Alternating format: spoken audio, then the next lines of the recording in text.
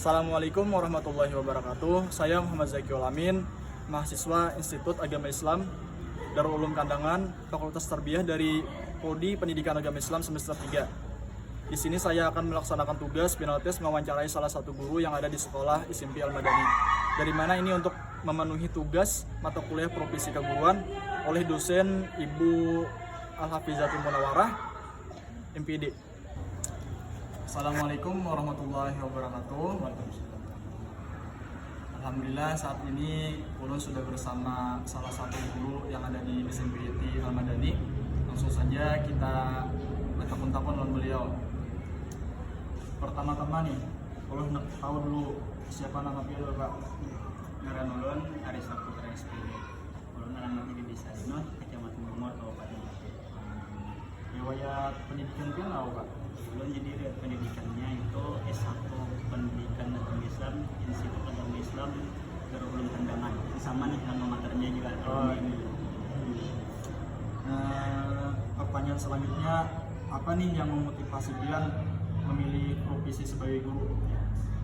Tentunya ini merupakan profesi yang ulun cita-citakan mulai zaman dulu. Jadi mulai lagi halus terus sudah hendak jadi guru, dan tentunya ingin berkontribusi dan membentuk generasi bangsa menjadi generasi yang terdidik. Nilai atau prinsip apa yang Bapak pegang dalam menjalani profesi ini, Pak? Ya, karena ini merupakan lingkungan sekolah Islam terpadu yaitu Al-Madani Tapin. Jadi kami itu sangat menjunjung tinggi nilai-nilai Islami, dan tentunya untuk prinsip kami sangat menanamkan prinsip keteladanan, disiplin, dan tanggung jawab. Pertanyaan selanjutnya lagi, bagaimana Bapak mempersiapkan pembelajaran sebelum masuk kelas? Ya, jadi tentunya untuk kita melakukan pembelajaran itu perlu persiapan seperti tentunya materi, strategi, modul, dan juga tentunya tujuan pembelajarannya harus tercapai. Pertanyaan selanjutnya nih, Pak, metode pembelajaran apa yang sering Bapak gunakan dan mengapa Bapak sering menggunakan metode itu? Ya, karena saya itu mengajarnya PJOK, jadinya saya itu sering menggunakan strategi ataupun metode demonstrasi yang dimana itu tuh menampilkan secara langsung. Alasannya karena kebanyakan materi PJOK itu adalah berupa praktek, jadinya harus dipraktikkan secara langsung dan didemonstrasikan secara langsung. Dan bagaimana Bapak menyesuaikan pembelajaran dengan kemampuan siswa yang beragam? Ya, jadi untuk itu kami berdasarkan nilai, kami lihat yang mana anak-anak itu memang karena berbeda-beda, ada yang mungkin lebih cepat menangkap, ada mungkin yang sedikit keterlambatan, tentunya bakal terus dibimbing dan dibantu agar bisa mencapai tujuan yang ditargetkan. Pertanyaan selanjutnya lagi, media atau alat bantu apa yang biasanya Bapak gunakan dalam mengajar? Ya, jadi untuk pembelajaran PJOK ini tentu saja untuk alat-alatnya itu alat olahraga seperti bola, raket, dan banyak segala macamnya. Seperti itu. Bagaimana cara Bapak melakukan penilaian terhadap hasil belajar siswa? Ya, tentunya untuk hasil penilaian ini harus dilihat secara saksama dan menyeluruh. Jadi berdasarkan apa yang dikerjakan seperti soal mungkin atau secara praktek, tentunya itu menjadi penilaian apakah sudah sesuai dengan apa yang diajarkan. Kalau misalnya masih kurang, tentunya akan ada evaluasi dan juga nilai tambahan. Bagaimana Bapak memotivasi siswa yang kurang semangat untuk belajar, Pak? Ya, tentunya hal ini itu memang sering terjadi di kelas. Jadi kami itu memang sering memotivasi dengan berbagai cara. Mungkin salah satunya dengan memotivasi dengan kata-kata seperti kata-kata motivasi. Contohnya kayak misalnya kalau kamu tidak ingin belajar sekarang, maka bersiap menerima kebodohan di masa depan. Tapi untungnya untuk di pelajaran saya, karena PJOK ini anak-anak sangat excited karena kebiasaannya itu di luar kelas kan. Jadi bermain itu memang sering motivasinya lebih tinggi ketimbang pembelajaran yang lain. Dan apa bentuk pengembangan diri yang Bapak lakukan sebagai guru? Ya, tentunya karena saya ini latar belakangnya pendidikan agama Islam, tapi karena memang amanahnya itu menjadi guru PJOK di sekolah ini, yayasan meminta itu, jadinya tentunya mengikuti pelatihan, terus belajar, dan tentunya kayak workshop. Pertanyaan selanjutnya lagi nih, Pak, menurut Pian, apa kunci utama menjadi guru profesional di era sekarang? Ya, tentunya untuk menjadi guru profesional itu selain terus belajar, tentunya juga harus menjunjung tinggi nilai-nilai kode etik guru. Dengan kita terus belajar dan menjunjung nilai-nilai, tentunya menjadi guru profesional itu akan menjadi menjadi lebih cepat tercapai. Jadi bagaimana Bapak menciptakan suasana belajar yang positif dan menyenangkan Pak? Ya, jadi untuk pembelajaran positif dan menyenangkan itu kita tentunya harus mengenali lingkungan pembelajaran dan karakter anaknya bagaimana. Kalau misalnya memang anak-anak itu memang sulit untuk di pelajaran tertentu, kita harus memodifikasi bagaimana agar lingkungan pembelajaran menjadi lebih edukatif dan juga menjadi lebih asik dan juga menyenangkan. Lanjut lagi nih Pak, bagaimana Bapak menerapkan kode etik guru dalam keseharian Pak?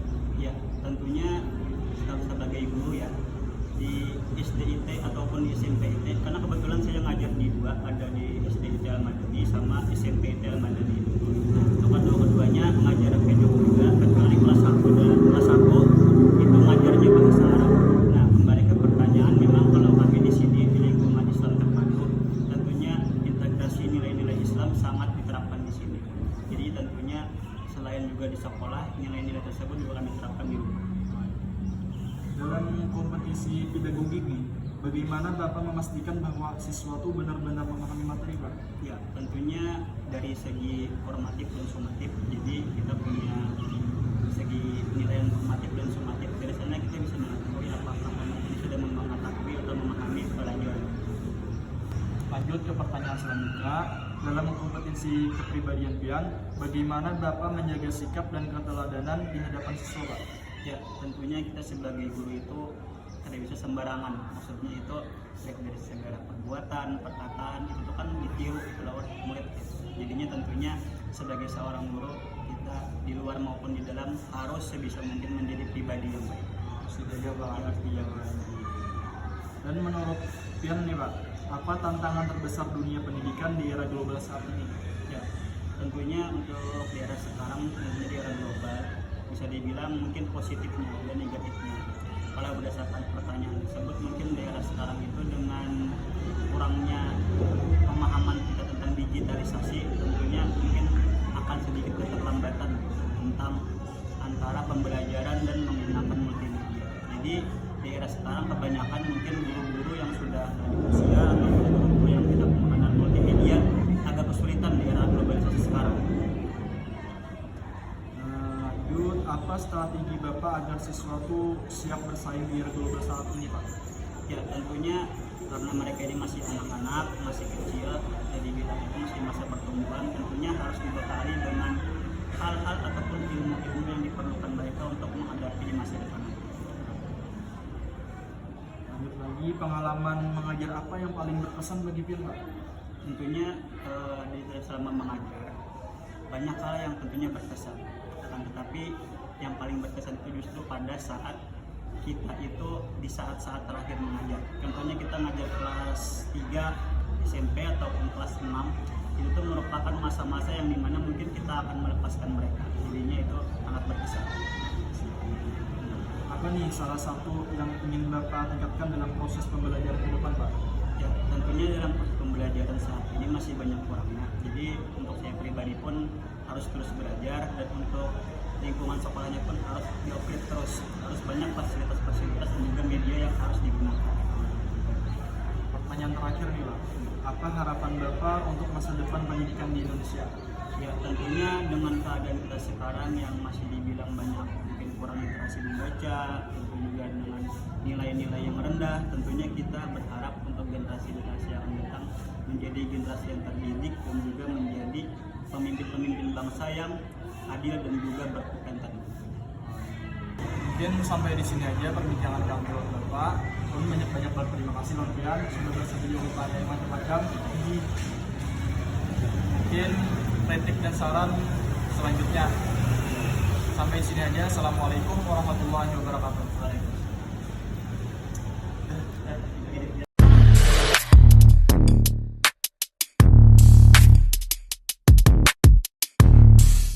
Your attention please, this is the final call for passengers of Qatar Airways on flight number QR9592 Doha.